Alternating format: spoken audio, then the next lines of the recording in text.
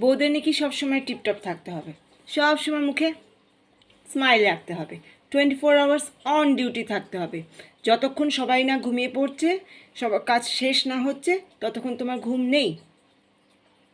কোনো রেস্ট করা চলবে না। একটু যদি মাথা ব্যথা হলো বা শরীর খারাপ লাগলো, তুমি ঘরে বসে বসে কী করো এটা শুনতে হবে। শুয়েই তো থাকো যখন দেখি, একদিন কিন্তু একটুখানি শুতে দেখেছে, বলবে শুয়েই তো থাকো। সত্যিকারেরও যদি অসুস্থ হই, ডাক্তার দেখাতে যাব বললে, না না ডাক্তার দেখাতে হবে না, এই তো সামান্য কিছু, দুদিনে ঠিক হয়ে যাবে। দুদিন দিয়ে কীভাবে চলবো সেটা তো কেউ ভাবছে না। এই হলো অবস্থা আমাদের। আর যদিও দেখালাম ডক্টর ভিজিট, বা তারপর যদি আমি ঠিক হয়ে গেলাম ডাক্তারের ওষুধ খেয়ে, হলো কিছুই হয়নি, বেকার বেকার ডাক্তার দেখিয়ে আবার এতগুলো ওষুধ কিনতে হলো। কি চাইছিলে?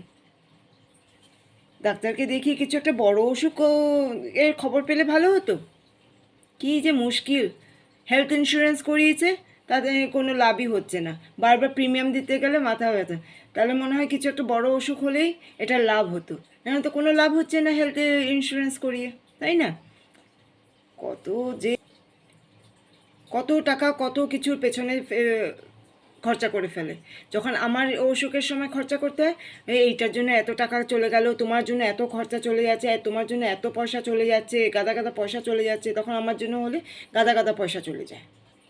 জ্বর যদি হয়ে যায় তখন বলবে, ও এই তো ফ্যান চালিয়ে ঘুমিয়েছিলে, এই তো রাত্রেবেলা স্নান করো, এই জন্যই তো জ্বর হয়েছে।